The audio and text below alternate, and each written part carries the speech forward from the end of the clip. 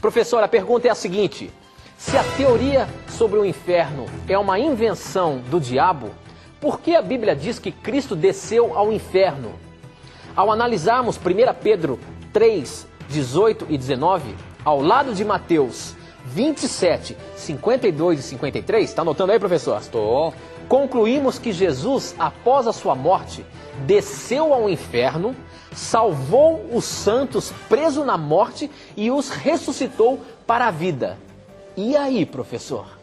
Como é que fica essa questão? Vamos lá, ó. Mateus 27, 52 e 53. Isso. Ali menciona-se a ressurreição de justos e não de injustos. Então Cristo não foi para o inferno, né?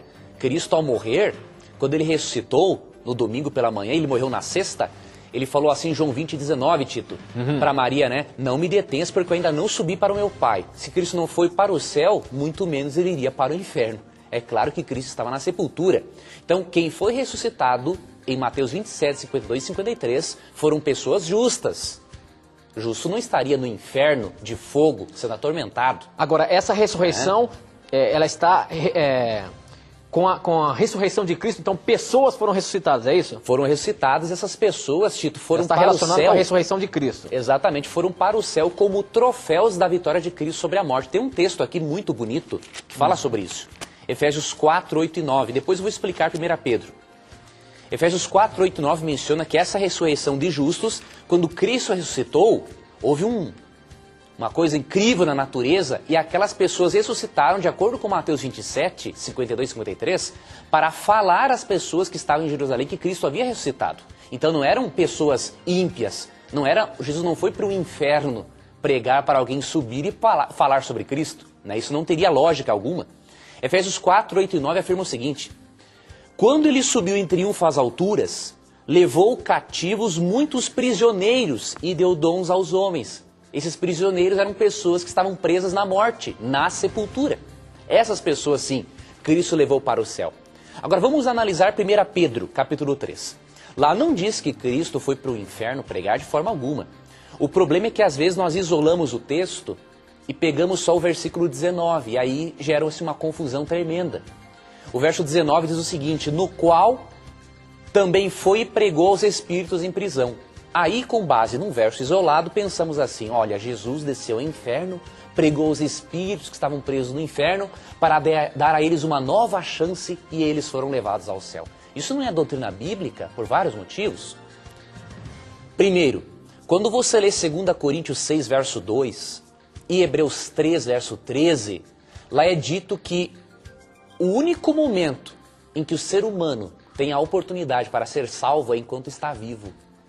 Depois de morto, acabaram-se as chances. Então leia Hebreus 3,13 e também 2 Coríntios 6, verso 2. Então a Bíblia não defende a ideia de uma segunda oportunidade de salvação depois da morte. E nem o cristianismo como um todo aceita uma heresia dessa. Mas vamos entender o que Cristo quer dizer em 1 Pedro 3. Nós precisamos, querido telespectador, dialogar com a Bíblia, muitas vezes para podermos entendê-la. Então nós temos que fazer algumas perguntas. A primeira já foi respondida. Existe oportunidade de salvação depois da morte? Você vai em 2 Coríntios 6, verso 2, Hebreus 3, 13, lá diz que não. A oportunidade de salvação é nesta vida. Outra pergunta. Quem pregou? Quem são esses espíritos e que prisão é esta? Se nós respondermos pelo menos essas 4 perguntas, o texto se tornará claro para nós. E como que nós respondemos essas perguntas? Deixando que a própria Bíblia se explique. E eu vou ler a partir do verso 18 ao 20, e nós vamos entender que espíritos são esses a quem Cristo pregou. Verso 18.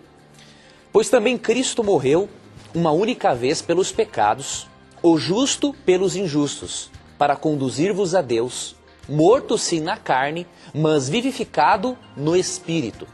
Que Espírito é esse? Quando você vai na Nova Versão Internacional, você vê a tradução correta do texto. Esse Espírito aqui é o Espírito Santo. Não foi Cristo que desceu até um lugar em Espírito para pregar. Foi o Espírito Santo que pregou e foi esse mesmo Espírito Santo que atuou na ressurreição de Cristo. Então quem é o Espírito aqui? Quem pregou? O Espírito Santo. Vamos para o verso 20. Depois que afirma que o Espírito Santo pregou aos espíritos em prisão, o verso 20 afirma assim: os quais noutro tempo foram desobedientes, quando a longanimidade de Deus aguardava nos dias de Noé. Esses espíritos a quem o Espírito Santo pregou eram os antediluvianos, as pessoas que estavam recebendo a mensagem de Deus e que não quiseram se arrepender. Por isso que em Gênesis 6, versos 13 e 4 afirma que o Espírito Santo não contenderia para sempre com o ser humano. E o tempo de vida dos antediluvianos seria 120 anos para eles se arrependerem.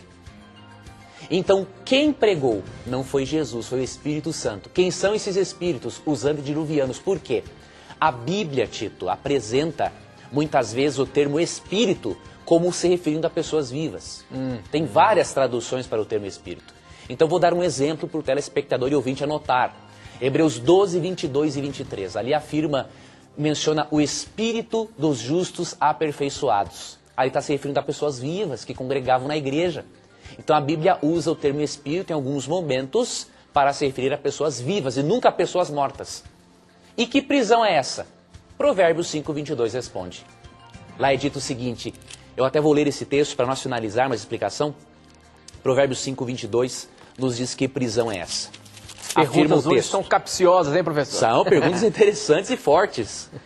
Quanto ao perverso, as suas iniquidades o prenderão e com as cordas do seu pecado será detido. Então a prisão onde os antediluvianos estavam presos era a prisão do pecado. Relendo 1 Pedro 3, do verso 18 ao 20, a tradução é essa. Cristo, por meio do Espírito Santo, pregou aos antediluvianos que estavam presos na cadeia do pecado. Nada mais que isso. A Bíblia não está ensinando aqui, em hipótese alguma, uma oportunidade de salvação depois da morte. Muito bom, professor, muito bom. Eu só queria mandar agora um abraço para a Andréia. Andréia, você está escrevendo para a gente aqui, até assim, pô, fico chateado porque vocês não respondem a minha pergunta. Hoje não veio sua pergunta. Mas, Andréia, são muitas perguntas.